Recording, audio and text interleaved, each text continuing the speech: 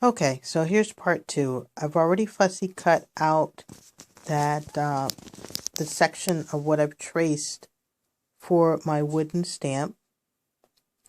And basically all I need to do now is to, I flip my stamp over in preparation for sticking this backing onto it.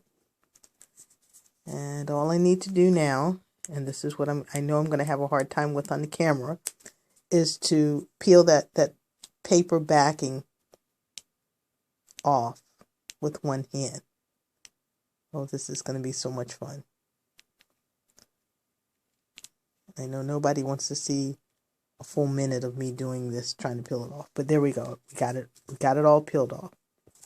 So basically, you're just going to peel off, as you can see, that cling stamp off of the paper backing. There's no sticky, no tacky or anything on this. You're just going to peel it off.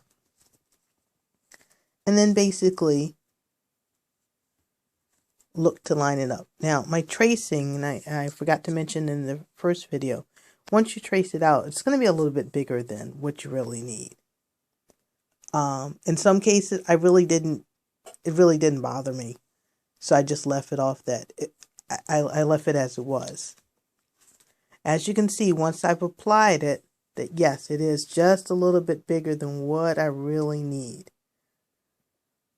So what I've done in some cases where I really kind of didn't like that look, well, I just went back with my fussy scissors again and just kind of trimmed around it to make it look nice and neat.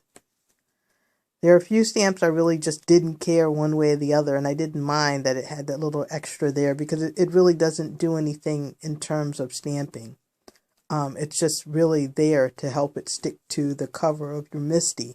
So that's a decision that you'll have to make as to whether you want that little extra there or whether you want to go back with your scissors and trim those down again. I've done it both ways, and you know, other than aesthetic, it really doesn't make that big of a difference. But that's all of the steps on converting your wooden stamp to a cling stamp for use with MISTIs and acrylic blocks. Really nothing much to it. As I stated in the first part, it's an inexpensive option that works very nicely thanks to Maureen Wong, whose suggestion was what spurred all of this on. It really has turned out to be a cheaper option to easy mount. So if you're able to, you can find it. I recently found out that you can even just buy it in clear.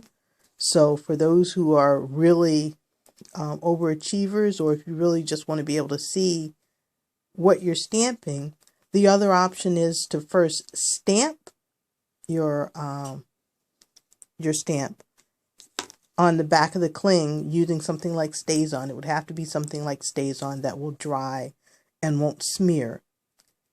Let that dry, then fussy cut and apply it to the back of your stamp, and then you've got an idea of how to line it up, what it's going to look like, blah, blah, blah.